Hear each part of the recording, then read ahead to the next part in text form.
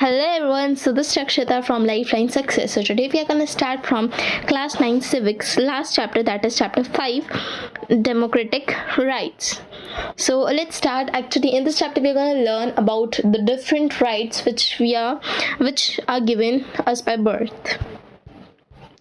So let's start from the first topic, that is life without right. So let's imagine that life without rights. अगर मतलब हमारी life में rights नहीं होंगे तो हमें कोई भी चीज़ करने का अधिकार नहीं होगा. In this book we have mentioned rights again and again. तो इस चैप्टर में और इस बुक में बार बार राइट्स के बारे में बात हुई है. If you remember we have discussed rights in each of the 4 preceding chapters. तो जितने भी पहले 4 चैप्टर्स किए हैं उन चारों में राइट्स के बारे में कुछ ना कुछ मेंशन किया गया है. Can you fill in the blanks by recalling the rights I mention in each chapter. तो अब यहाँ पे नीचे मतलब हाँ, जैसे पहले चैप्टर में comprehensive definition of democracies includes, उसके भी राइट्स हैं. सेकेंड चैप्टर में अगर constitution makers believe that fundamental rights क्या क्या हैं, जो कॉन्स्टिट्यूशन मेकर्स उन्होंने क्या क्या राइट्स बनाए हमारे लिए, तो सब कुछ मेंशन किया था इन 4 चैप्टर्स में. So let's start from a letter. Okay, so here dear Mr. Tony Blair. So ये I think so कुछ तो लिखा होगा इस लेटर के बारे में यहाँ पे. हाँ एक मिनट, चैप्टर 3 और चैप्टर 4 भी यहाँ पे पहले पढ़ लेते हैं. Every adult citizen of India has right to dash and dash. Chapter 3 में भी राइट्स के बारे में मेंशन किया था. चैप्टर 4 में for law is against the constitution every citizen has a right to approach to the court. Of course वही होगा. अगर कोई भी लॉ वायलेट हुआ है तो आप क्या है, कॉन्स्टिट्यूशन के हिसाब से आप कोर्ट में जाके बोल सकते हो. तो वो हमारे क्या फंडामेंटल राइट है.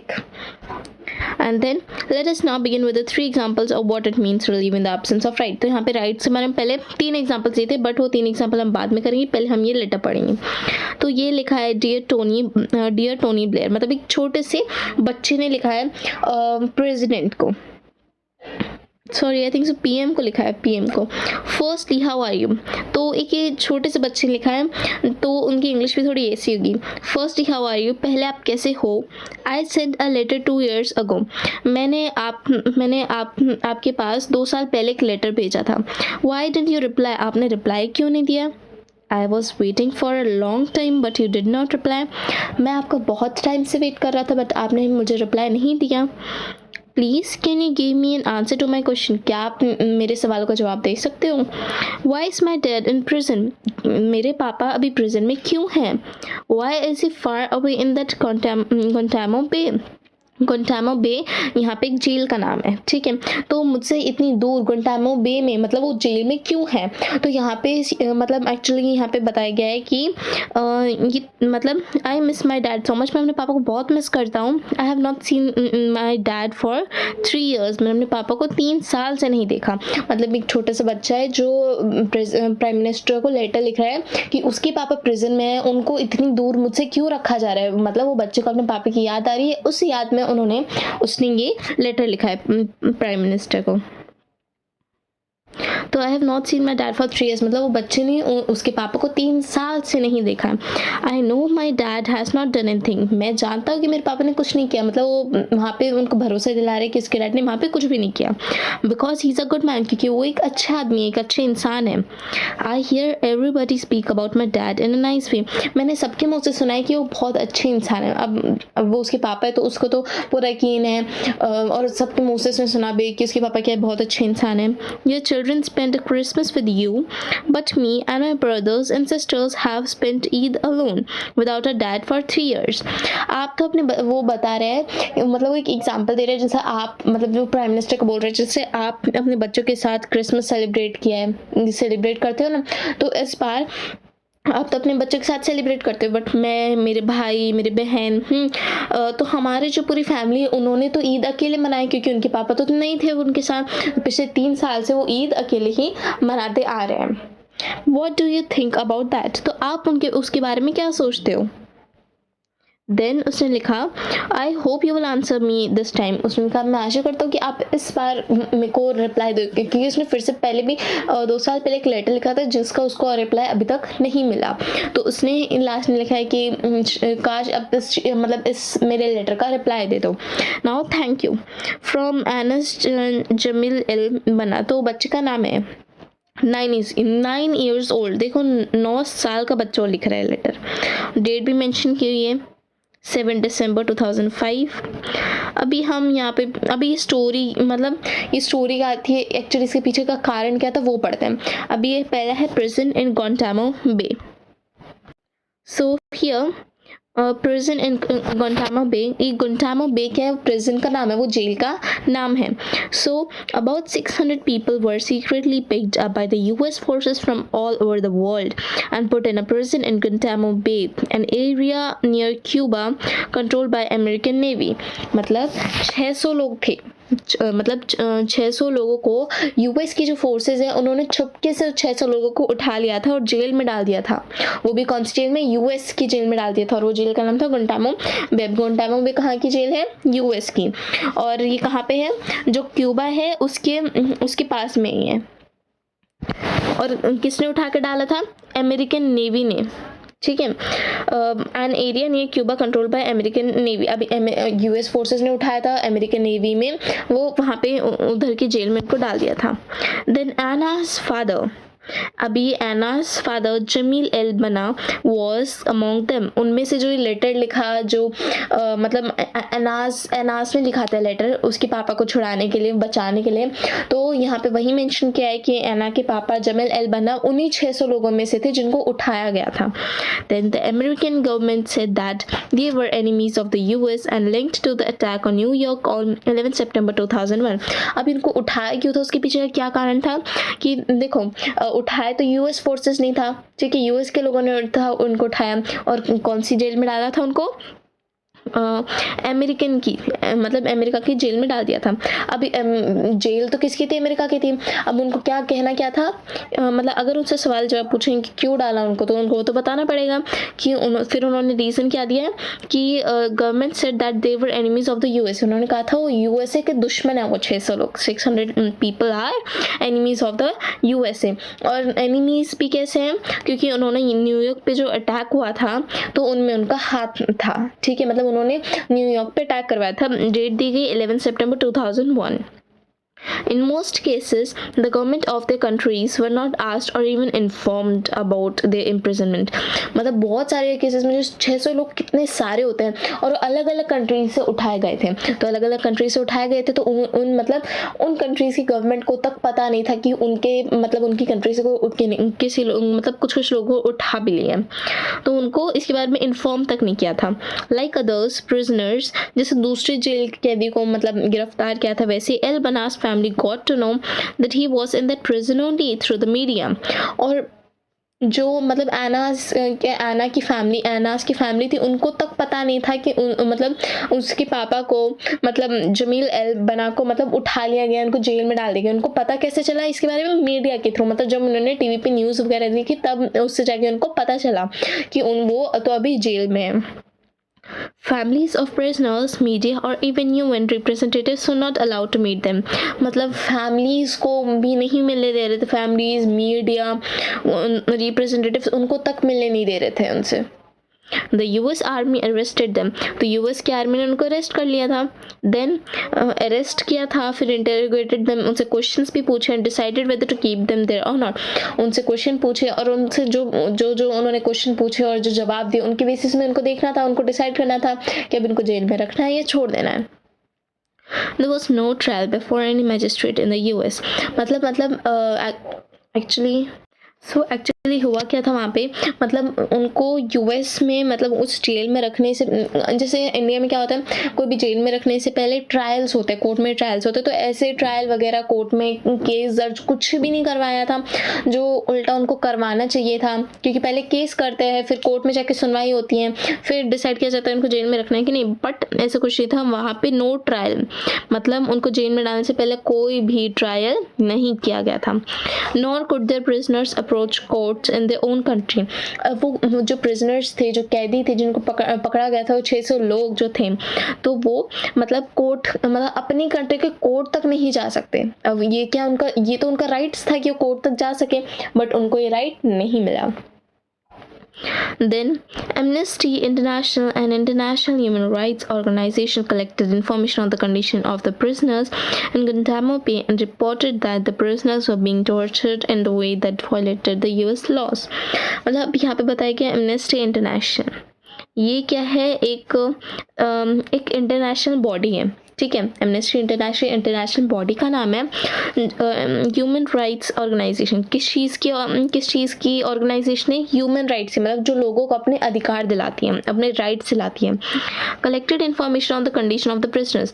अब जिस बेसिस पे जो उनको जेल में रखा गया था, उसकी सारी इन्फॉर्मेशन जो ये बॉडी है, जो ऑर्गेनाइजेशन है, इसने कलेक्ट की और फिर गुंटामो बे and reported that the prisoners were being tortured. और इन्होंने रिपोर्ट किया, इन्होंने मीडिया के थ्रू, न्यूज़पेपर के थ्रू, रेडियो के थ्रू, हर जगह बताया कि वहाँ पे जो 600 लोगों को रखा गया है वो गुंटामो बे में, वहाँ पे सबको टॉर्चर किया जा रहा है. That violated the US laws, जिसकी वजह से ऐसे US laws में कहीं भी नहीं लिखा है किसी को प्रिजन डाल के टॉर्चर किया जाए, तो ऐसा कहीं नहीं लिखा है. Then they were being denied the treatment that even prisoners of war must get as per international treaties. मतलब उनको जैसे अब अगर कहीं वॉर हो जाती है, जैसे दो कंट्रीज के बीच में लड़ाई हो गई, तो जो कंट्री जीतती है वो हारने वाली कंट्री में से मतलब लोग उठा के लाती हैं और उनको प्रिजन में डाल देती हैं. तो जैसे उनको मतलब जो वॉर के जो कैदी को जो ट्रीटमेंट मिलता था, उससे भी बदतर उनको ट्रीटमेंट, उससे बदतर उनको टॉर्चर किया जा रहा था वहाँ पे. Many prisoners had tried protesting against these conditions by going on a hunger strike. अभी बहुत सारे prisoners ने मतलब प्रोटेस्ट करना चालू करते हैं, इसकी स्ट्राइक्स वगैरह की, ठीक है, उधर ही प्रिजन में, ठीक है, जेल में इन्होंने की हंगर स्ट्राइक की, उन्होंने भूख हड़ताल, ठीक है. बट उससे भी क्या है, कोई फ़ायदा नहीं हुआ.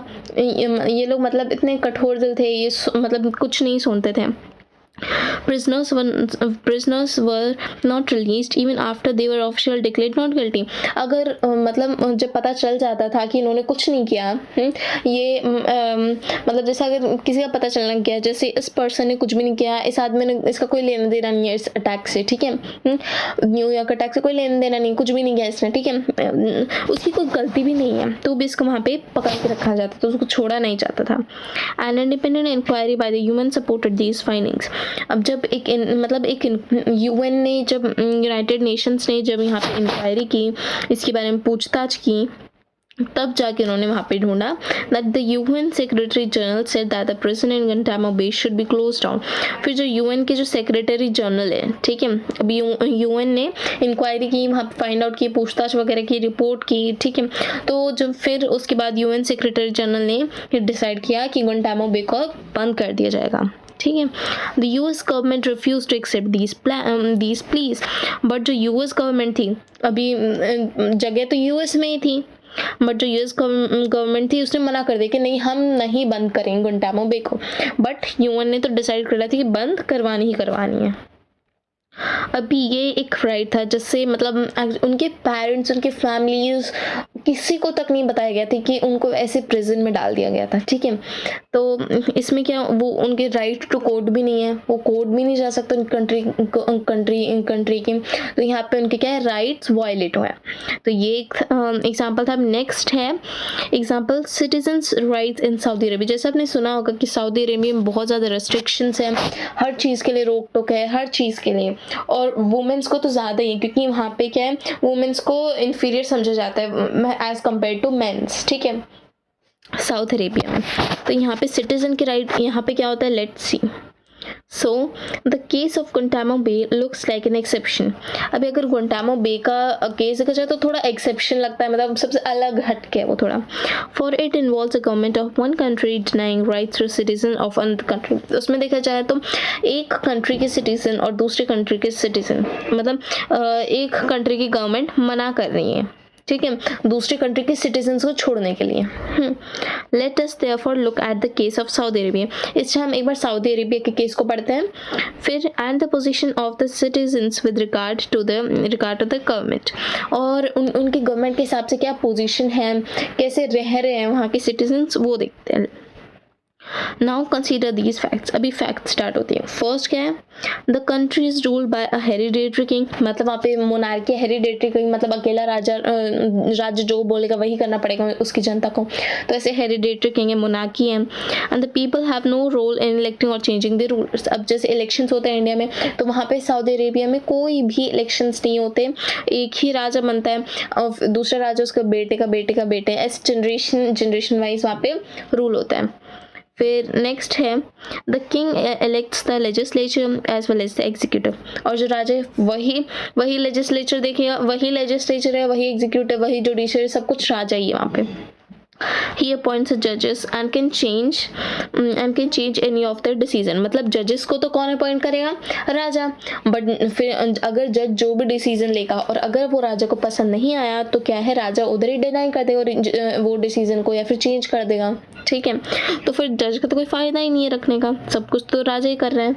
अभी थर्ड फैक्ट है, citizen can not form political parties और एनी पॉलिटिकल ऑर्गेनाइजेशन।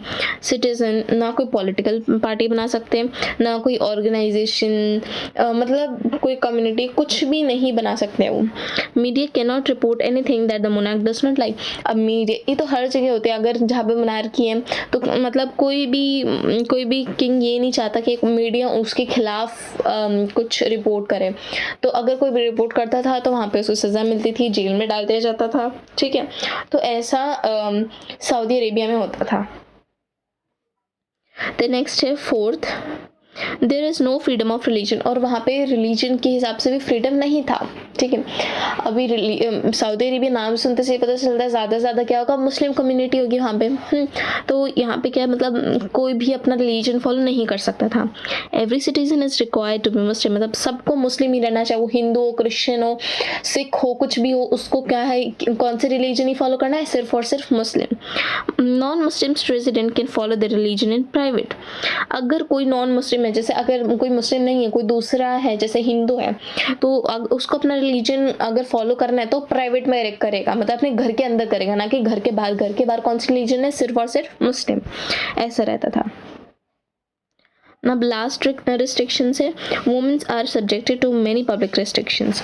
वुमेन्स को क्या है, मतलब बहुत ज़्यादा पब्लिक रिस्ट्रिक्शंस होते हैं, ये नहीं करना, वो नहीं, बाहर नहीं जाना, अकेले नहीं जाना, रात को नहीं जाना, जॉब नहीं करना, ये सब वुमेन्स को बहुत रिस्ट्रिक्शंस थे। The testimony of one man is considered equal to that of two man. अगर दो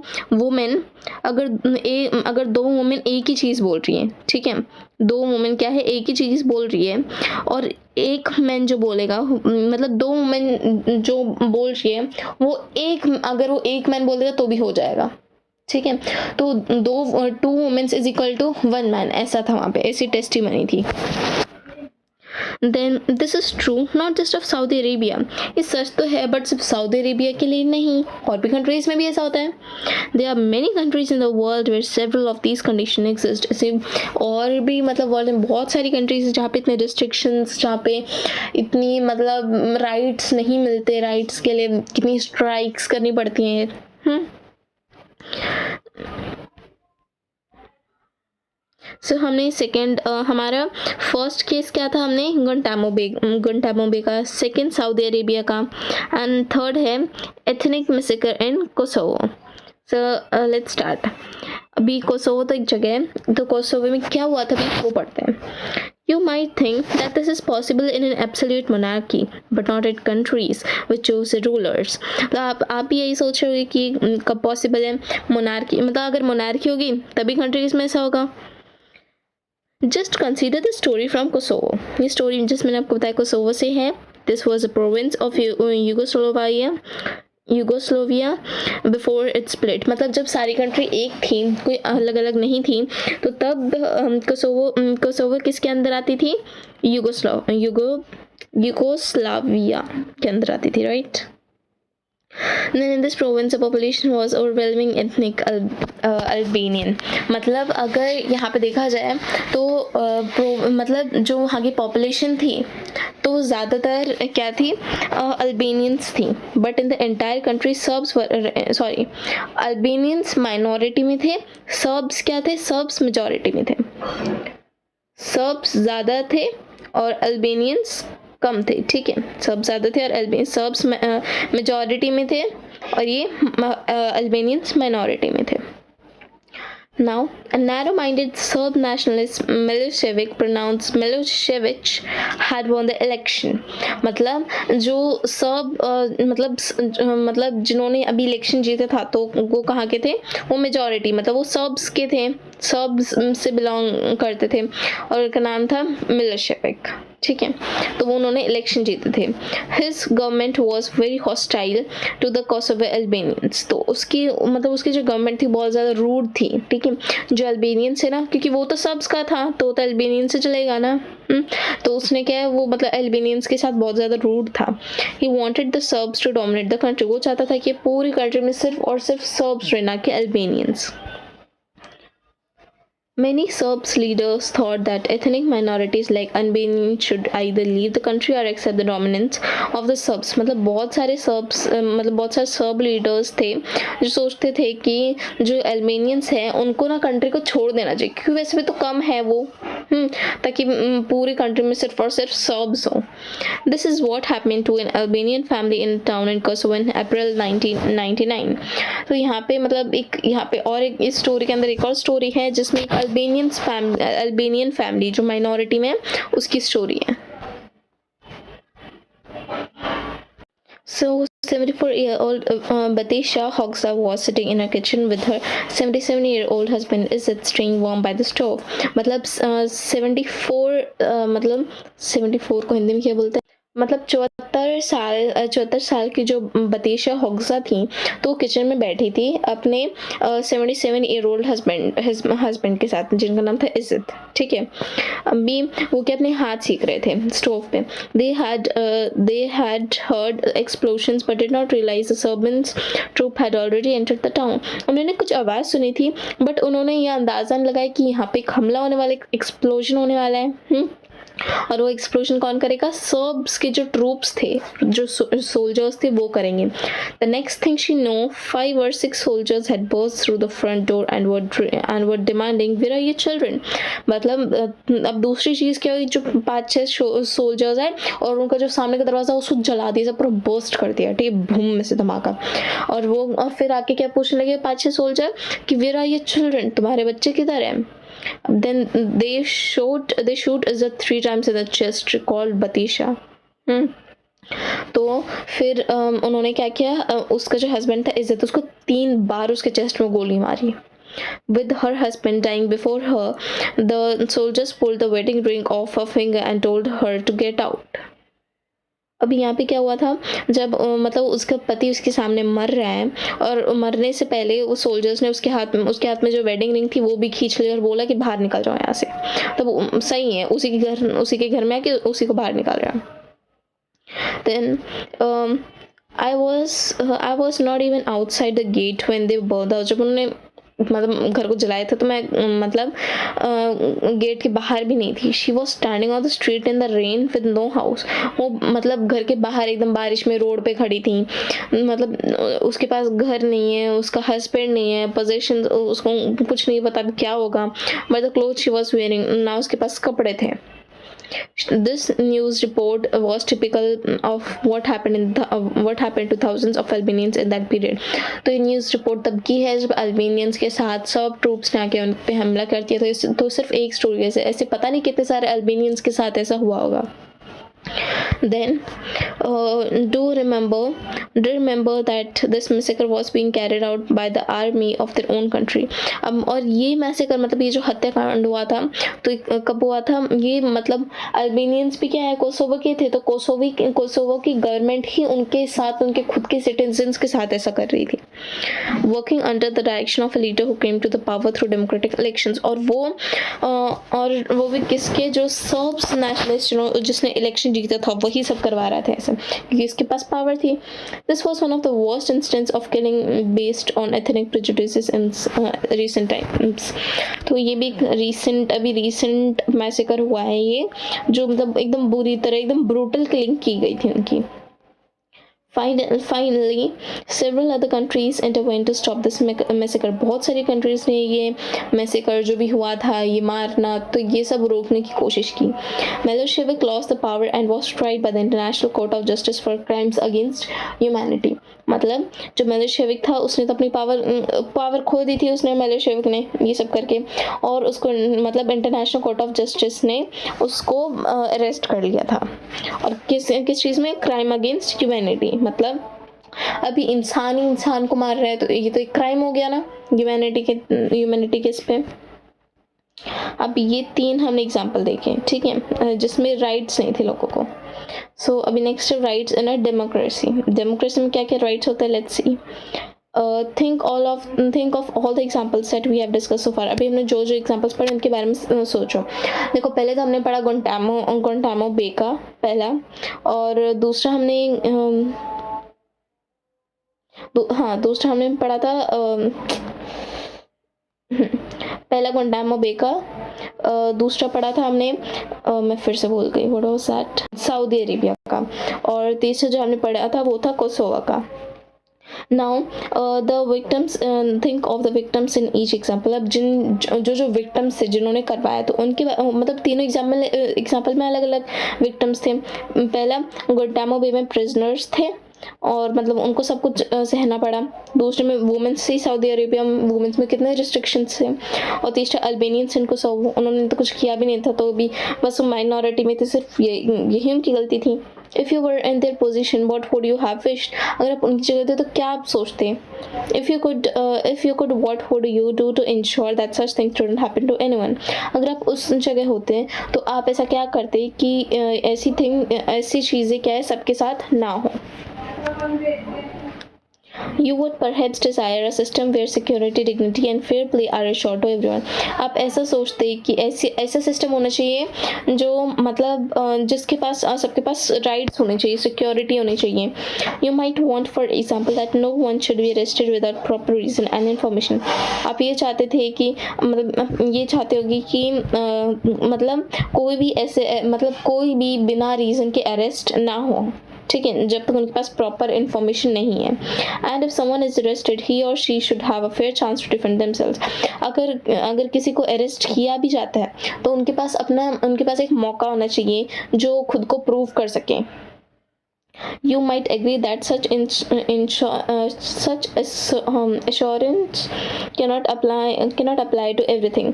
तो यहाँ पे क्या बताया गया है, आप इस बात से सहमत करोगे कि ऐसा तो नहीं हो सकता वैसे सबके साथ. One has to be reasonable in what one expect and demand of everyone else. For one has to grant the same to everyone. अब किसी एक को तो देना ही होगा reason, but you might insist that the assurance did not remain on the paper. अब जो मतलब जो यहाँ पर डिसाइड किया जाएगा, जो लॉ बनेंगे, वो सिर्फ पेपर पे ही नहीं रहने चाहिए. that there is someone to enforce these assurance. मतलब ऐसा कुछ enforce करना चाहिए ताकि इसको ये assure कर पाए that those who violate they are punished. ताकि जो violate करे लोग को उसको पनिश किया जाए, उसको punishment मिले. In other words, you might want a system where at least a minimum is guaranteed to everyone. मतलब दूसरे शब्दों में कहा जाए तो आपको एक ऐसा सिस्टम चाहिए जहाँ पे सबको एक मौका हो ताकि वो खुद को प्रूव कर पाए, चाहे वो पावरफुल हो या वीक हो, कमज़ोर हो, गरीब हो, अमीर हो, मेजॉरिटी में हो या माइनॉरिटी में हो. This is spirit behind thinking about rights. तो यही स्पिरिट है कि हम ऐसे तरीके से राइट्स के बारे में सोचना चाहिए. अभी यहाँ पे सवाल आता है व्हाट आर राइट्स. अब राइट्स है क्या? हम पूरे चैप्टर में पढ़ते हैं कि हमें राइट्स होने चाहिए, राइट होने चाहिए. अभी राइट्स है क्या? Rights are claims of person over other fellow beings, over the society and over the government. अभी rights क्या है? Rights मतलब जो हर person के पास होते हैं, ठीक है, हर person के पास होते हैं पूरी सोसाइटी में, और गवर्नमेंट वो राइट्स देती है. All of us want to live happily, सबको अभी सबको अच्छे से, सबको एकदम खुशहाल ज़िंदगी जीनी है, विदाउट फियर, बिना डरे, without being subjected to degraded treatment, बिना डरे, बिना किसी का जुल्म सहे, सबको खुशहाल ज़िंदगी जीनी है. For this we expect others to behave in such a way that they does not harm us or hurt अस. अभी मतलब फॉर दिस, अभी इससे हमें क्या एक्सपेक्ट करना चाहिए, ताकि दूसरे भी अच्छे से बिहेव करें ना हमारे साथ, दूसरे भी हमें हार्म ना करें, हमें हर्ट ना करें. ठीक है. Equally our action should not also harm or hurt others, बल्कि सिर्फ उनके ही नहीं, हमारे एक्शंस भी ऐसे होने चाहिए कि हम किसी को चोट ना पहुंचाए. So a right is possible when you make a claim that is equally possible for others. अगर आप ऐसा राइट लेते हो जो दूसरों के राइट्स को, मतलब दूसरों के राइट को ना कोई चोट पहुंचाए, then you cannot have a right that harms or hurt others. आपके पास कोई अधिकार नहीं कि आप किसी को हर्ट करो या किसी को हार्म करो. You cannot have a right to play a game in such a way that it breaks a neighbor's window. आपको ऐसा कोई अधिकार नहीं ऐसा गेम खेलने की जिससे आपके नेबर की विंडो टूट जाए. The Serbs in Yugoslavia could not have claimed the whole country for themselves. अभी जो सर्ब्स थे यूगोस्लाविया में, तो सारी कंट्री उनके नाम थोड़ी ना हो गई थी, वहाँ पे अल्बेनियंस भी तो थे बट वो माइनॉरिटी में थे, इसलिए उनको सप्रेस किया जा रहा था. The claims we make should be reasonable. जो रीज़न देते हैं तो उसके पीछे को साइंटिफिक वे होना चाहिए. They should be such that can be made available to others in an equal measure. ऐसे लॉज होने चाहिए, ऐसे राइट्स होने चाहिए जो दोनों साइड, दोनों अपोजिशन में क्या है, इक्वल मेजरमेंट चाहिए. This right comes with an obligation to respect other right. अगर हमारा राइट है तो हमें दूसरों के राइट्स के भी रिस्पेक्ट करनी चाहिए. Just because we claim something it does not become our right. अगर हम किसी चीज़ को पाते हैं, किसी को कोई चीज़ हमारी, तो वो हमारा राइट नहीं हो जाता. It has to be recognize by the society we live in. अब जिस सोसाइटी में हम रहते हैं तो उनको भी तो पहचान में आना चाहिए ना हमारे rights. Right acquire meaning only in society. Right ही मतलब राइट, सोसाइटी में भी राइट्स होते हैं. Every society make certain rules regulate our conduct. अभी हर सोसाइटी में रूल्स रेगुलेशंस होते हैं राइट्स को लेके. They tell us what is right and what is wrong. वो बताते हैं हमें कि क्या हमारे लिए क्या सही है क्या गलत है. What is recognized by the society as rightful becomes basis of right. अभी वो हमारी सोसाइटी पहचानती है कि क्या सही है और किस बेसिस पे वो हमारा राइट है और कैसे हम उसको यूज कर सकते हैं बिना किसी दूसरे का राइट वायलेट किए. अभी that is why the notion of right changes from time to time and society to society. अब ये राइट जो है time to time, society to society change होते रहते हैं. जैसे आप एग्जांपल ले लो, अगर जैसे मेरा मन क्या, मैं किसी के घर का दरवाज़ा तोड़ के उसके घर में घुस गई. अब मैं उधर जाकर बोलूँगी ये तो मेरा राइट है, क्या मेरा राइट मान जाएगा? नहीं. क्योंकि उसकी वजह से अब मैं तो बोलूँगी मेरा राइट था ये. अभी देखो, मेरी राइट की वजह से दूसरे का राइट वायलेट नहीं होना चाहिए. जिसका घर है तो मेरे को पूछेगा क्यों आया यहाँ से और ऐसे दरवाजा तोड़ के कैसे घुस गए, क्योंकि दूसरे का भी तो राइट है ना, उसका घर है ना, वो रह रहा है ना यहाँ पे. ठीक है. तो ऐसे हम अपने राइट के लिए दूसरों के राइट वायलेट नहीं कर सकते. Then 200 years ago, anyone who said that women should have the right to vote would have sounded strange. अब 2 साल पहले किसी ने बोला, अगर कोई बोलता कि वुमेन्स को भी राइट होना चाहिए वोट करने का, तो कितना अजीब लगता. बट अभी क्या है, कॉमन हो गया ये सब. Today not granting the vote in Saudi Arabia is strange. अभी सऊदी अरेबिया में उनको वोट नहीं दिया जा रहा है, ये स्ट्रेंज लग रहा है. ठीक है.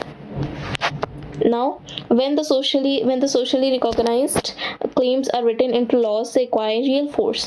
जब इनको मतलब इन claims को, इन rights को जब laws में convert किया गया ना, तब जाके लगा हाँ कुछ तो बनाया गया है. Otherwise they remain merely as natural or moral rights. नहीं तो moral right रहते, मतलब simple natural right रहते सिर्फ. The prisoners in Guantanamo Bay had a moral claim not to be tortured or humiliated. तब Guantanamo Bay में जिन कैदियों को, जिन प्रिजनर्स को वहाँ पे रखा गया था, उनके पास क्या था, मतलब they had a moral claim. उनका तो सिर्फ नेचुरल राइट था, मतलब टॉर्चर ह्यूमिलेशन थोड़ी ना करना था उनको. But they could not go to anyone to enforce this claim. अब किसी के पास जा नहीं सकते थे कि ये उनका राइट है, किसी को बताएं, क्योंकि अगर वो यूएस की फोर्सेस को बताते तो वो थोड़ी ना सुनते उनकी बात. When law recognize some claims, they become enforceable. और जब मतलब जब लॉ ये पहचान जब कानून पहचान जाता है कि क्या राइट है, तब वो जाके उनको क्या है अमेंड करता है। We can then demand the applications, हम उनके फिर एप्लीकेशन क्या क्या यूज है वो भी डिमांड कर सकते हैं। When fellow citizens or the government do not respect these rights we call it violation or infringement of our rights. अगर कोई सिटीजन या फिर कोई गवर्नमेंट हमारे राइट को रिस्पेक्ट नहीं देती, हमारे अधिकार को रिस्पेक्ट नहीं देती, तो उसका मतलब क्या होगा, मतलब वो हमारे राइट्स वायलेट कर रही है। ठीक है। इन सच सर्कमस्टेंसेज, ऐसे केसेस में citizen can approach court to protect the right. Citizen जो है मतलब उनके लिए कोर्ट के दरवाजा हमेशा खुले रहे, तो सिटीजन कभी भी कोर्ट जा सकते हैं कि उनका राइट्स वायलेट किया गया, ये किया गया, वो किया गया।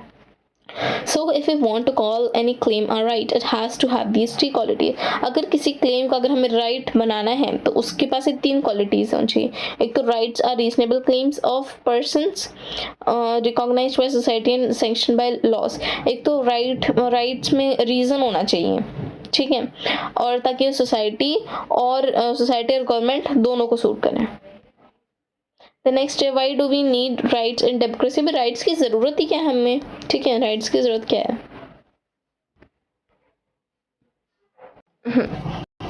सो rights are necessary for the every sustenance of a democracy. अगर कोई भी डेमोक्रेसी है तो वहाँ पे राइट्स का तो बहुत ज़रूरी है।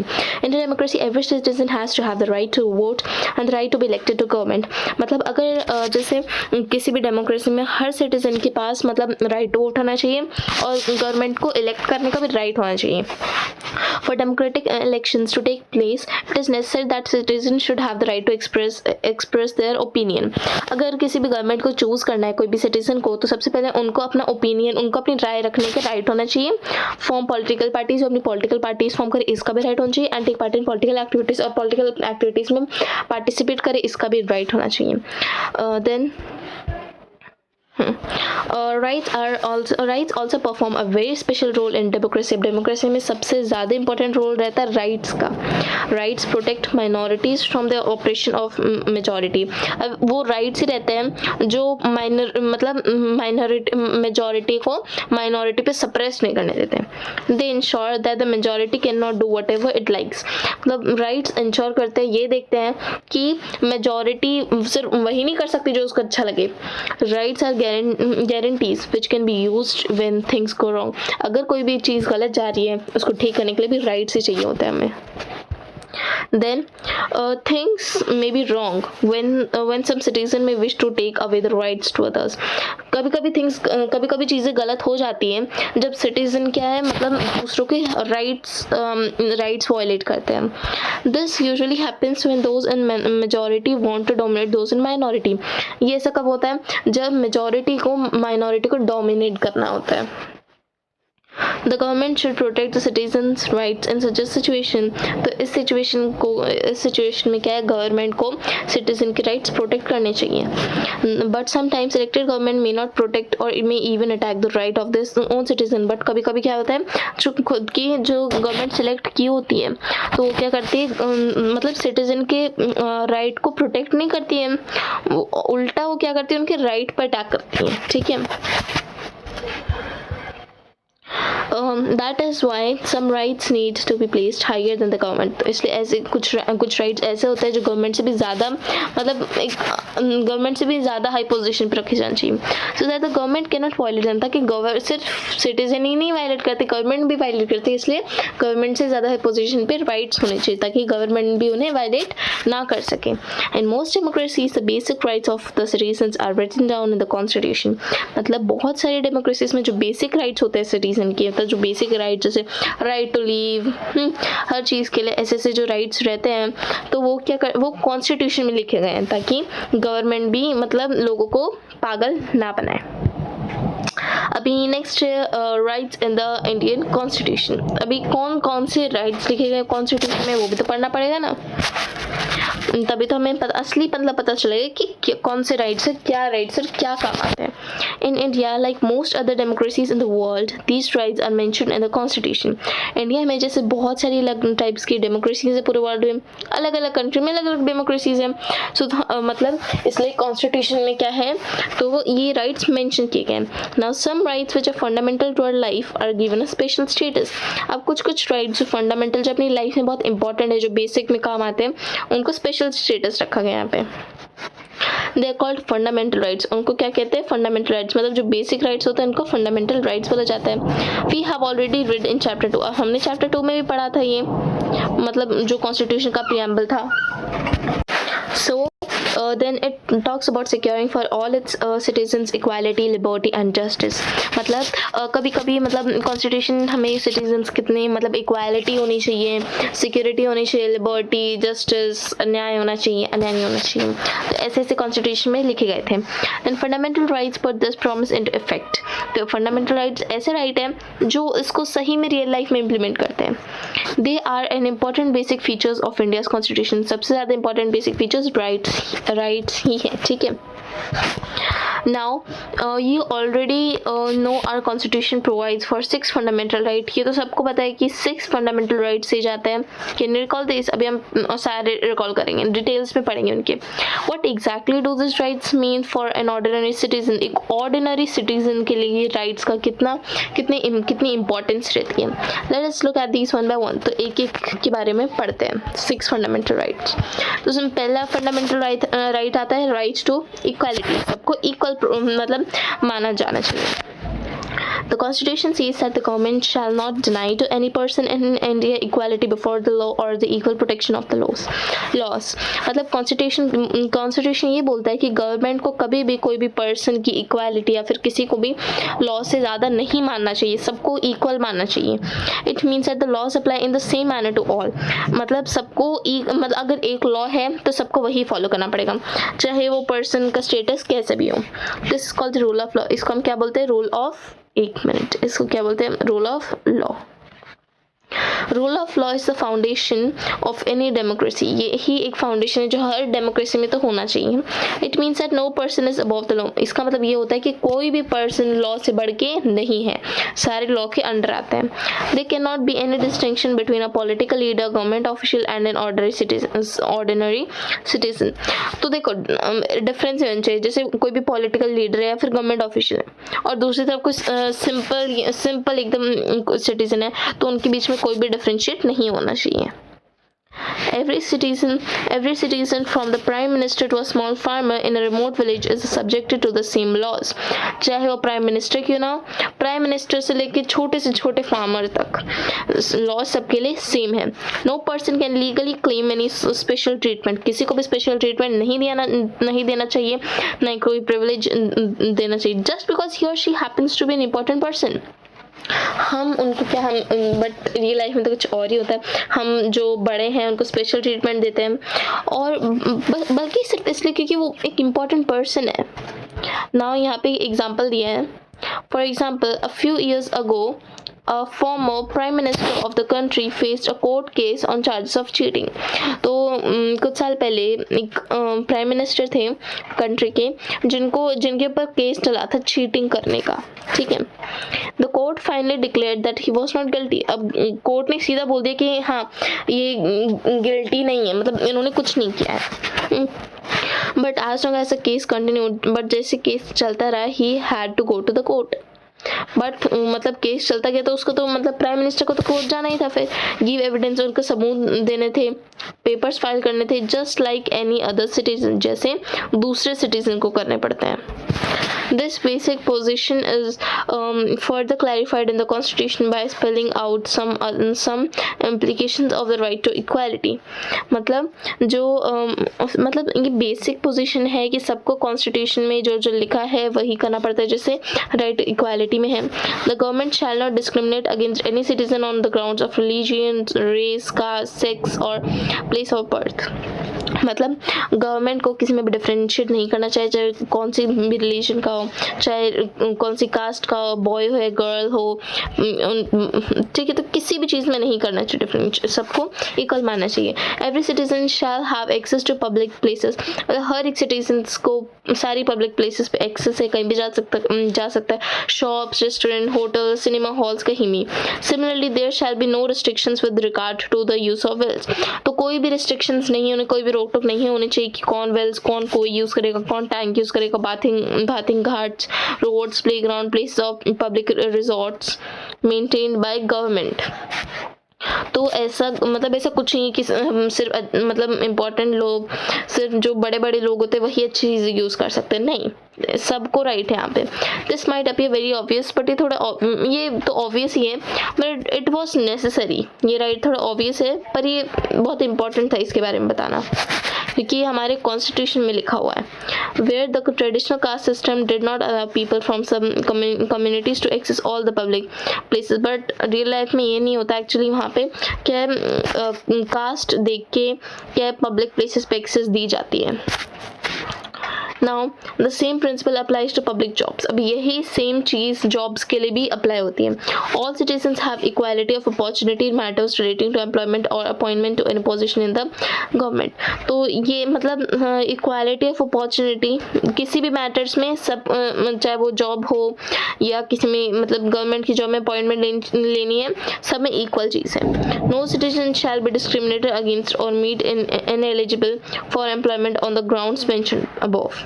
जो ग्राउंड बताया, रेस, कास्ट, रिलीजन, तो इनके बेसिस पे क्या है, उनको एम्प्लॉयमेंट नहीं देनी चाहिए, ठीक है।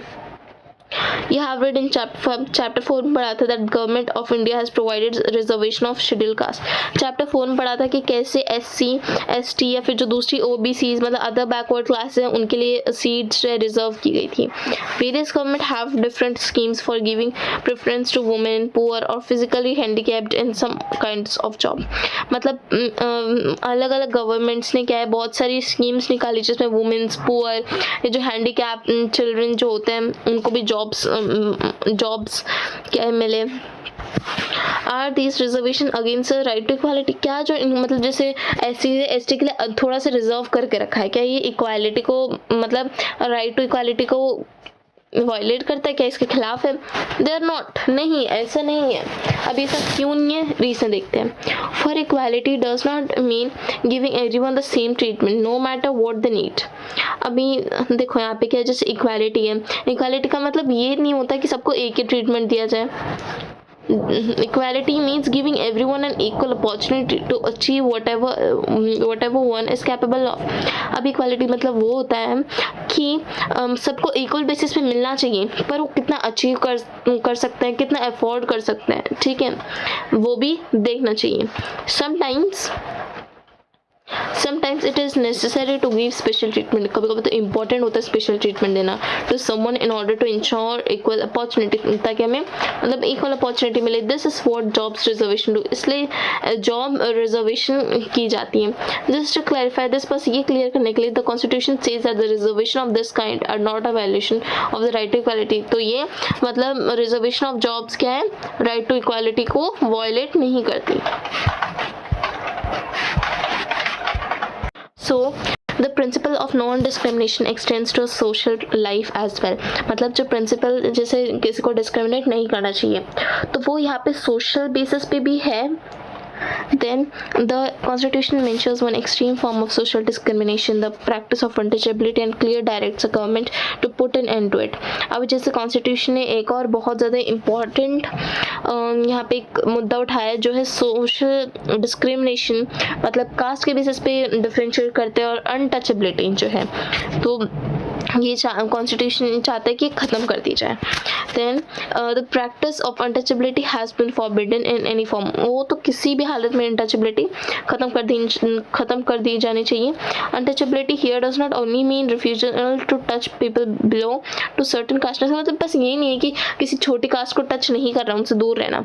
It refers to any belief or social practice which looks down upon people on account of the birth with certain caste labels. मतलब इसका बस ये है जो बिलीफ है, जो प्रैक्टिस है, जो सिर्फ उनका बर्थ कहाँ हुआ है, कौन सी कास्ट में हुआ है, बस वही देखा जाता है। Such practice deny some interaction with other or access to public places. इसकी वजह से फिर तो उनको पब्लिक प्लेसेस में एक्सेस होना चाहिए, अच्छी पब्लिक प्लेसेस में जिसमें दूसरे होते हैं उससे भी अच्छी में। So the constitution made untouchability of punishable offence. फिर कॉन्स्टिट्यूशन ने क्या बनाया, ये जहाँ पे मतलब अनटचेबिलिटी अगर कोई भी करे तो उनको पनिशमेंट तो देनी चाहिए और उनका ऑफेंस मतलब उन पे चार्ज भी लगना चाहिए। तो ये हमारा फर्स्ट था right to equality. Next right to freedom. अभी freedom means absence of constraints in practical life. It means absence of interference in affairs by others. मतलब राइट टू फ्रीडम मतलब दूसरों का इसमें इंटरफेयर ना करना, उनके फैमिली मैटर्स में, पर्सनल इश्यूज में होता है right to freedom. Be it other individuals or government, वो सिर्फ खुद में ही रहे। मतलब यहाँ पे क्या बताया, basically we want to live in society, हमें सोसाइटी में ही रहना है, but we want to be free. Society में तो रहना है पर हमें फ्री रहना है। We want to do things in the way we want to do them. हमें वैसी चीज़ करनी है जो मतलब जो हमें करनी, जो हमें विश है, ठीक है, और वही मैनर में करनी जो हम चाहते हैं। Others should not dictate us what we should do. दूसरों को नहीं बताना चाहिए कि हमें क्या करना चाहिए। So under the Indian constitution all citizens have the right to. अभी राइट टू फ्रीडम के अंदर और भी राइट्स आते हैं जो हमारे कॉन्स्टिट्यूशन बताया है। तो ये लाइन याद रखना, others should not dictate us what we should do. दूसरों को नहीं बताना चाहिए कि हमें क्या करना चाहिए। Then freedom of speech and expression. हमें अपने ओपिनियन देने का, हमें बोलने का पूरा अधिकार है, पूरा राइट है। Assembly in a peaceful manner, assembly peaceful manner में हो उसके में भी राइट है। Form association and unions, associations, parties वगैरह हम बना सकते हैं, उसका भी राइट है। Move freely through out the country, हम कंट्री में कहीं भी जा सकते हैं, उसका भी राइट है। Reside in any part of the country, किसी भी मतलब कंट्री के कोई भी पार्ट में, कोई भी एरिया में हम रह सकते हैं। Then practice any profession or to carry on any occupation, trade or business। हम चाहे तो कोई भी occupation कर सकते हैं, कोई भी काम, चाहे ट्रेड करना हो चाहे बिजनेस करना हो, तो कोई भी काम हम कर सकते हैं। You should remain that every citizen has a right to all these freedoms। हमको हमेशा याद रखना चाहिए कि हर सिटीजन को इनका राइट है, मतलब ये फ्रीडम्स हैं सारे। That means you cannot exercise your freedom। अगर ये सब नहीं है तो मतलब आप अपना फ्रीडम एंजॉय नहीं कर सकते। देखो फ्रीडम एंजॉय कर सकते हो बट दूसरों के राइट्स भी देखने की, दूसरों के राइट वायलेट ना हो आपकी फ्रीडम की वजह से। Your freedom should not cause public nuisance or disorder. आपकी फ्रीडम की वजह से दूसरों को परेशान नहीं होनी चाहिए। You are free to do everything which injures no one else. आप कुछ भी कर सकते हो बट दूसरों को चोट नहीं पहुंचानी चाहिए। दूसरों के राइट्स, दूसरों के लॉज उसकी वजह से क्या है वायलेट नहीं होना चाहिए। Freedom is not unlimited license to do what one wants. Freedom का देखो, फ्रीडम का मतलब ये नहीं कि आपको पूरे मतलब अनलिमिटेड लाइसेंस मिल गए कि हमको जो करना वो करो, बिल्कुल मस्त अपनी मस्त दुनिया में जो करना है वो हमारी मर्जी, ऐसा नहीं चलेगा। According the government can impose certain reasonable restrictions on a freedom in the large interest of the society. अगर हम कुछ भी करेंगे, ठीक है, तो उसकी वजह से जो सोसाइटी के राइट्स वायलेट करे, उनकी फ्रीडम वायलेट करे, तो इसकी वजह से क्या होता है, जो गवर्नमेंट है अपनी फ्रीडम पे रिस्ट्रिक्शंस लगा देती है। अभी उसी में आता है freedom of speech and expression. सबसे पहले अभी ये क्या है, freedom of speech and expression one of the essential feature of a democracy. ये एक और इम्पॉर्टेंट फीचर अपनी डेमोक्रेसी का। Our ideas and personality develop only when we are able to freely communicate with others. अभी हमारे ideas, हमारी personality कब develop होती है, जब सिर्फ हम मतलब एकदम फ्रीली कम्युनिकेट कर पाए, फ्रीली किसी से भी बात कर पाए। You may think differently from others. आप भी दूसरों से अलग ही सोचते होगे। Even if 100 people think in one way, you should have the freedom to think differently and express your views accordingly। अगर 100 लोग एक ही वे में सोच रहे हैं तो आपके पास अधिकार, आपके पास फ्रीडम, आपके पास आज़ादी है कि आप कोई भी दूसरे तरीके में भी सोच सकते हो और अपने व्यूज़ को उसी के हिसाब से एक्सप्रेस या बता सकते हो। You may disagree with the policy of government और एक्टिविटीज़ ऑफ द एसोसिएशन। आप गवर्नमेंट ने जो एक्टिविटीज़, जो पॉलिसीज़ ली है उसकी वजह से आप डिसएग्री भी करते होगे उनको। You are free to criticize the government or the activities of the association in a conversation with parents, friends and relatives। मतलब आप फ्री हो, अगर आपको गवर्नमेंट की कोई भी पॉलिसी, कोई भी एक्टिविटी, कोई भी एसोसिएशन पसंद नहीं आई तो आप तुरंत उसको क्रिटिसाइज कर सकते हो। You may publicise your views through a pamphlet. आपको अपने व्यूज़ पैम्पलेट के बारे में बता सकते, पैम्पलेट में लिख के बता सकते हो। मैगजीन्स, न्यूज़पेपर, इनके थ्रू आप अपने व्यूज़ बता सकते हो। Then you can do it through paintings. आप पेंटिंग्स, पोइट्री, इनके ज़रिए बेहतर अच्छे से बता पाओगे, स्पेशली सॉन्ग्स जो है। However, you cannot use this freedom to instigate violence against others। आप भी इसको यूज़ नहीं कर सकते अगर आपको किसी दूसरे को, मतलब दूसरे का लॉ वायलेट करना है तो you cannot use it to incite people to rebel against government। आप दूसरे को भड़का भी नहीं सकते कि गवर्नमेंट के खिलाफ कुछ बोलें। So neither can you use it to defame others by saying false and mean things that cause damage to person's reputation। आपको ऐसा कोई राइट नहीं है कि आप किसी भी मतलब कुछ भी उनके बारे में बुरा भला बोलो, ठीक है। तो ऐसा आपको कोई भी राइट नहीं है जिससे किसी पर्सन की रेपुटेशन खराब हो। Citizens have the freedom to hold meetings। Citizen मतलब लोगों के पास फ्रीडम है कि वो मीटिंग्स भी कर सकते हैं, रिलीज कर सकते हैं, डिमॉन्स्ट्रेशन, मतलब अगर उनको कोई भी इशू पे लगे कि ये गलत है तो मीटिंग्स, स्ट्राइक्स, मतलब रैली सब कुछ कर सकते हैं। They may want to discuss a problem, exchange ideas, mobilise public support to a cause or seek votes for a candidate or a party in election. अभी चाहे तो प्रॉब्लम डिस्कस कर सकते हैं, मतलब मीटिंग्स में एक दूसरे के आइडियाज़ एक्सचेंज कर सकते हैं, दूसरों के एक्सप्रेशन जान सकते हैं, दूसरों के ओपिनियन जान सकते हैं, बल्कि सब अपनी राय दे भी सकते हैं वहाँ पे। तो but such meetings have to be peaceful. मतलब ऐसी मीटिंग्स जो है पीसफुल होनी चाहिए, मतलब नुकसानदायक नहीं, अच्छे से, मतलब कोई बिना कोई लड़ाई झगड़े, बिना कोई विवाद पे अच्छे से मीटिंग होनी चाहिए। They should not lead to public disorder or breach of peace in society। मतलब उनके वजह से कोई सोसाइटी में कोई भी इशू नहीं होना चाहिए। Those who participate in these activities and meetings should not carry weapons with them। अगर कोई भी मीटिंग्स या इनमें पार्टिसिपेट कर रहा है तो उसके पास कोई भी वेपन नहीं होना चाहिए, ठीक है। So citizens also can form associations। citizen associations भी बना सकते हैं। For example, workers in a factory, workers in a factory can form a worker union to promote their interest। अभी अगर कोई फैक्ट्री में कोई वर्कर्स काम कर रहे हैं तो वो क्या करते हैं, मतलब वर्कर्स अपनी ग्रुप्स में बना लेते हैं। some people in a town may come together to form association to campaign against corruption और pollution। अभी कुछ लोग तो क्या है, अगर कोई भी एक ही टाउन से आ रहे मीटिंग में तो वो एक साथ भी आ सकते हैं, right. Then as citizens we have the freedom to travel to any part of the country। जैसे हमारे पास मतलब फ्रीडम, हम कंट्री में कोई भी जगह पे जा सकते हैं। we are free to decide, हम कहीं भी रह सकते हैं। and settle in any party of the territory of India। और कोई भी पार्टी में, मतलब कोई भी पार्ट में हम रह सकते हैं। let us say a person who belongs to the state of Assam wants to start a business in Hyderabad। अगर हम एग्जाम्पल लेते हैं, जैसे अगर किसी पर्सन को जो असम का है बट उसको अपना बिजनेस का है हैदराबाद में सेटअप करना है, he may not have any connection with that city। मतलब हैदराबाद, वो असम से है और बट उसका हैदराबाद के बारे में उस सिटी का कोई कनेक्शन नहीं है, मतलब वो कहीं नहीं जानता, एकदम अनजान है वो शहर में। He may not have even seen it ever। उसने पहले कभी देखा भी नहीं Hyderabad. Yet as a citizen of India he has a right to set up base there। But India के कॉन्स्टिट्यूशन की वजह से उसके पास क्या है, ये राइट है कि वो वहाँ पे जाके अपना काम सेटअप कर सकता है। This right allows lakhs of people to migrate from villages to towns, from poorer regions of countries to the prosperous regions and big societies, big cities। मतलब सबके पास बहुत सारे जो पीपल हैं जो विलेज से टाउन्स आते हैं, ठीक है, मतलब एम्प्लॉयमेंट की सर्च में। जो पुअर हैं, जो मतलब पुअर सेक्शन के जो लोग हैं वो प्रॉस्परस रीजन में आते हैं, और वो भी क्यों आते हैं, बल्कि वहाँ पे सिर्फ और सिर्फ काम ढूंढने। Then next, if we talk about the same freedom extends to choice of occupation, मतलब जो वही अगर सेम फ्रीडम करेंगे तो उसकी वजह से ऑक्यूपेशन भी मिलेगा, हमें काम भी मिलेगा। No one can force you to do or not to do a certain job, कोई भी आपको फोर्स नहीं कर सकता कि जॉब मत करो या यही जॉब करनी है।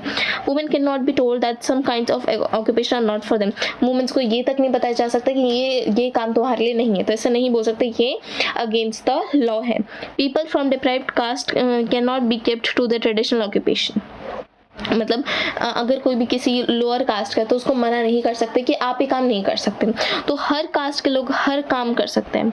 The constitution says that no person can be deprived of his life or personal liberty, तो कॉन्स्टिट्यूशन के हिसाब से कॉन्स्टिट्यूशन ये बोलता है कि कोई भी पर्सन अपनी, जैसे देखो कोई बोले मर जाओ तो मर जाओ, कोई बोले जियो तो जियो, नहीं ऐसा नहीं होता, तो कोई भी हमें लाइफ या पर्सनल लिबर्टी के बारे में भड़का नहीं सकता except according to procedure established by law, जब तक कोई लॉ में ऐसा राइट नहीं आएगा तो ऐसा नहीं होगा कुछ।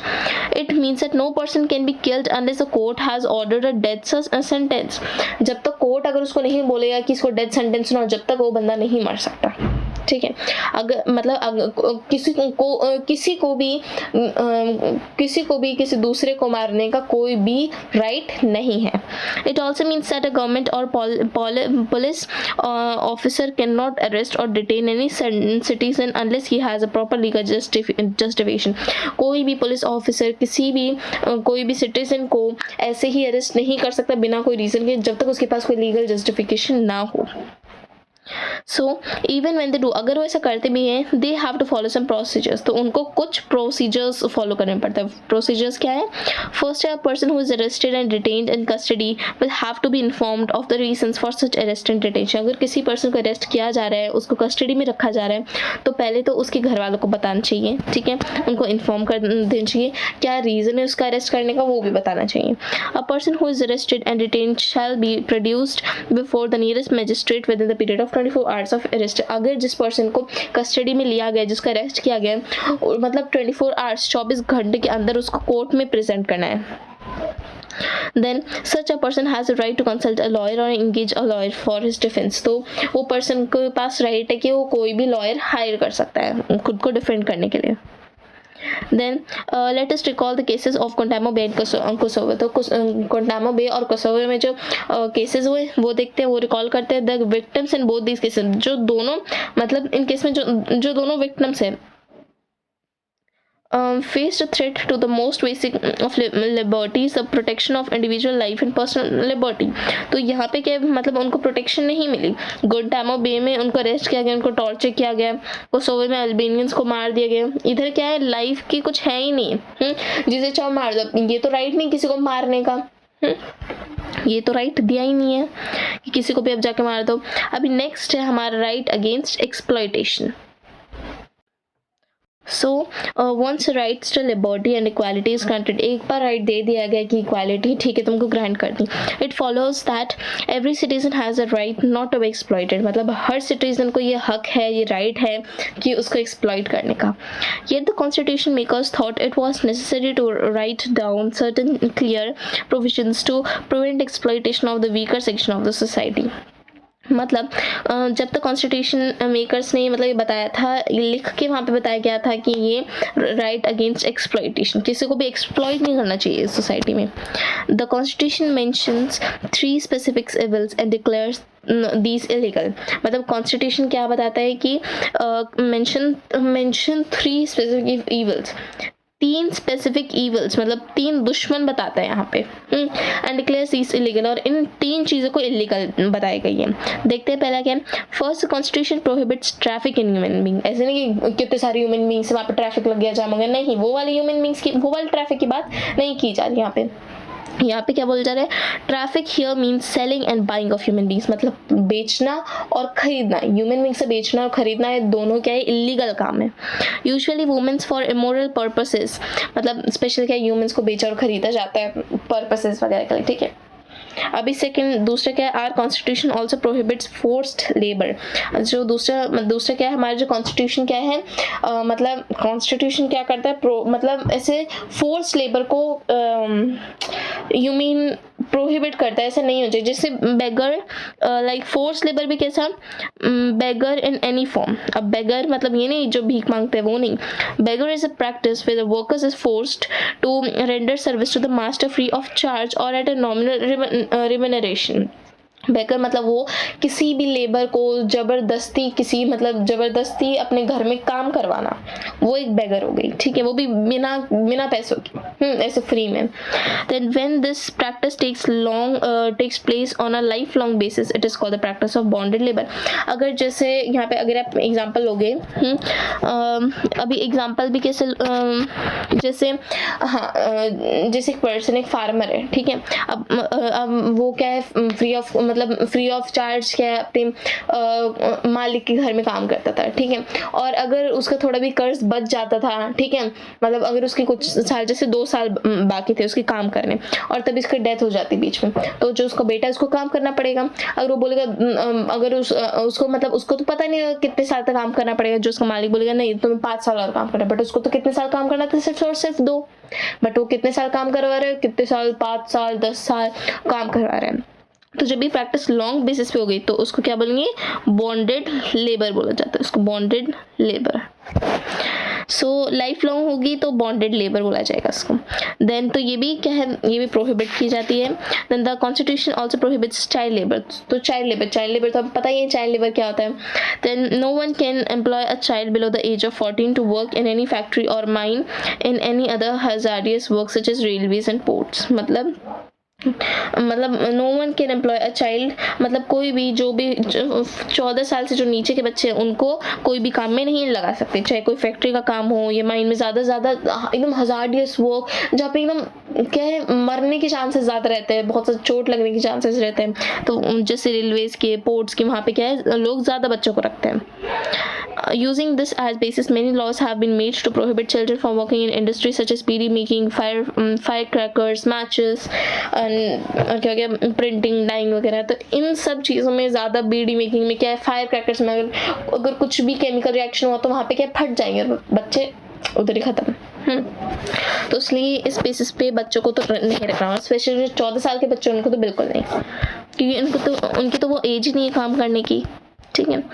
देन नेक्स्ट है, अभी पढ़ा था हम लोगों ने राइट अगेंस्ट एक्सप्लॉयटेशन। अभी नेक्स्ट है हमारा right to freedom of religion. मतलब अभी सबके अलग अलग रिलीजन है तो सबको तो फॉलो करने का तो राइट होना चाहिए, right.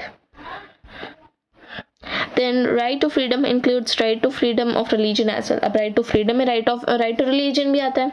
In this case too, the constitution makers were very particular to state it clearly. अब constitution makers जो थे उन्होंने साफ constitution में लिखा कि सबको अपना religion follow करने का right होना चाहिए. You have already read in chapter 2 that India is secular state. आपने chapter 2 में पढ़ा था कि इंडिया एक secular state है. secular मतलब जहाँ पे सारे धर्म follow किए जाते हैं.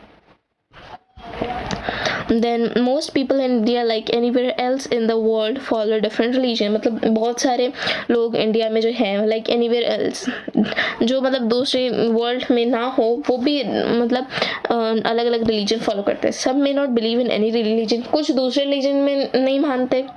Secularism is based on the idea that the state is concerned only with the relations among human beings. Secularism वो idea है जिस पे सब मतलब इंसानियत है वहाँ पे. and not with the relation between human being and God. सिर्फ human being और God के बीच में relation नहीं है, human beings और human beings के आपस में भी relations है. और secular state is one that does not establish any one religion as official religion. मतलब secular state वो होता है जहाँ पे सिर्फ एक ही religion को ही घोषित नहीं कर दी जाती कि यही official religion है.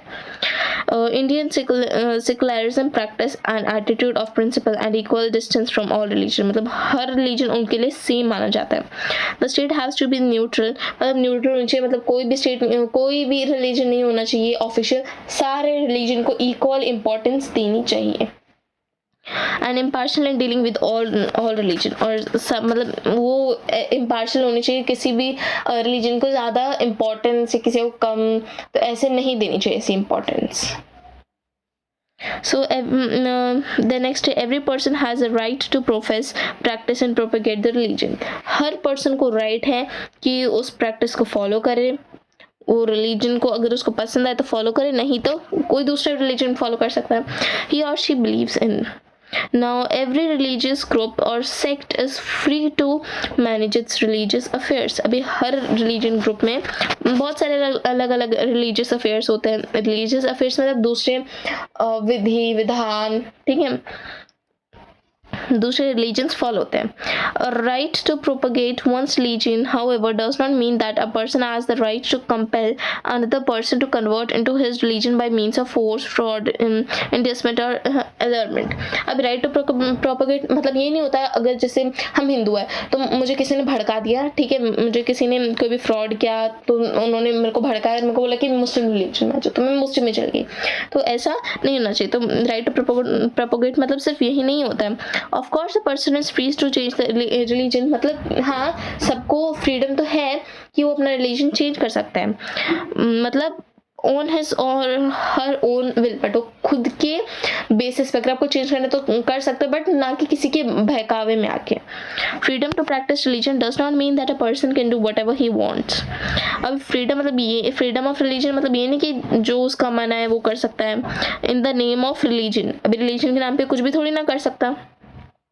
One cannot sacrifice animals or human beings as offerings to supernatural forces or God.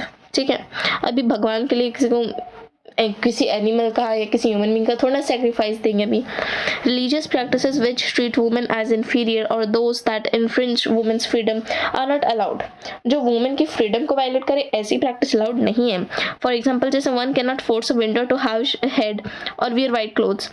अब जैसे हम किसी विंडो को तो नहीं बोल सकते ना कि उसको अपने हेड शेव करना चाहिए और वाइट कपड़े पहनने चाहिए, ऐसा तो हम किसी को बोल नहीं सकते, वो भी स्पेशल किसी विंडो को. So a secular state is one that does not confer any privilege or favour on any particular religion. मतलब सेकुलर स्टेट वो है जहाँ पे मतलब किसी को ज़्यादा प्रिविलेज और किसी को ज़्यादा फेवर नहीं दिया गया उनके रिलीजन के हिसाब से, सबको इक्वल माना गया है. Nor does it punish or discriminate against people on the basis of religion they follow. अभी ना ही किसी को पनिश किया जाता और ना ही किसी को डिस्क्रिमिनेट किया जाता उनकी रिलीजन के बेसिस पे. Thus, the government cannot compel any person to pay taxes for the promotion or maintenance of any particular religion or religious institution. मतलब गवर्नमेंट क्या है, गवर्नमेंट cannot compel मतलब किसी भी पर्सन को टैक्स पे नहीं करने के लिए बोल सकते रिलीजन के बेसिस पे. There shall be no religious instructions in the government educational institution. अभी रिलीजियस का एजुकेशनल मैटर्स में कोई भी मतलब फ़र्क नहीं पड़ना चाहिए, चाहे आप कोई भी रिलीजन पे हो, ठीक है, तो उसका एजुकेशनल मैटर्स पे फिर नहीं पड़ना चाहिए. In educational institution manage by private bodies, जो प्राइवेट लोग हैं मतलब जो प्राइवेट स्कूल्स है, no person shall be compelled to take part in religious instructions or to attend any religious worship. ठीक है, तो उनको एजुकेशनल बेसिस पे रिलीजियस बेसिस पे उनको क्या है एडमिशन नहीं मिलना चाहिए, मतलब सबको इक्वल सबका एडमिशन मिलना चाहिए, ना कि सिर्फ रिलीजियस बेसिस पे.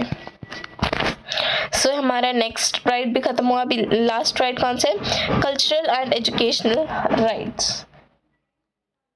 So this right we will talk about in the next part. So in this chapter we have studied about the sixth right here, that is cultural and educational right last है, then right to freedom of religion, then उससे पहले right against exploitation, उनमें हमने 3 evils के बारे में पढ़ा. Then next है हमारा राइट टू फ्रीडम, जिसमें बहुत सारे दूसरे राइट्स पे आते हैं और इसमें भी बताया गया है कि हम अपने राइट के लिए, अपने फ्रीडम के लिए हम दूसरों का फ्रीडम तो वायलेट नहीं कर सकते. सो इससे पहले हमने पढ़ा था राइट टू इक्वालिटी के बारे में. ठीक है, कि सबको क्या है इक्वल ट्रीट करना चाहिए, किसी को इन्फीरियर, किसी को ज़्यादा, किसी को कम ट्रीट नहीं करना चाहिए. और राइट्स क्या होते हैं ये भी देखा था हमने. राइट्स क्यों चाहिए हमें डेमोक्रेसी में, वोटर राइट्स, और राइट क्या होता है डेमोक्रेसी में, क्या इंपॉर्टेंस होता है, हमने सब पढ़ा. और हमने 3 एग्जांपल्स भी देखे, एक तो सऊदी अरेबिया का था, कोसोवो का था एंड प्रिजन्स का था. तो ये राइट्स जिसमें राइट्स नहीं दी गए वो देखे. So this was part 1, I will make the part 2 for this chapter, and I will complete this full chapter in part 2. So thank you so much for watching this video. Please don't forget to like, share and subscribe. And if you like this video, so please comment also. Bye bye guys, take care. We'll meet soon in the next part of this chapter. Bye guys, take care.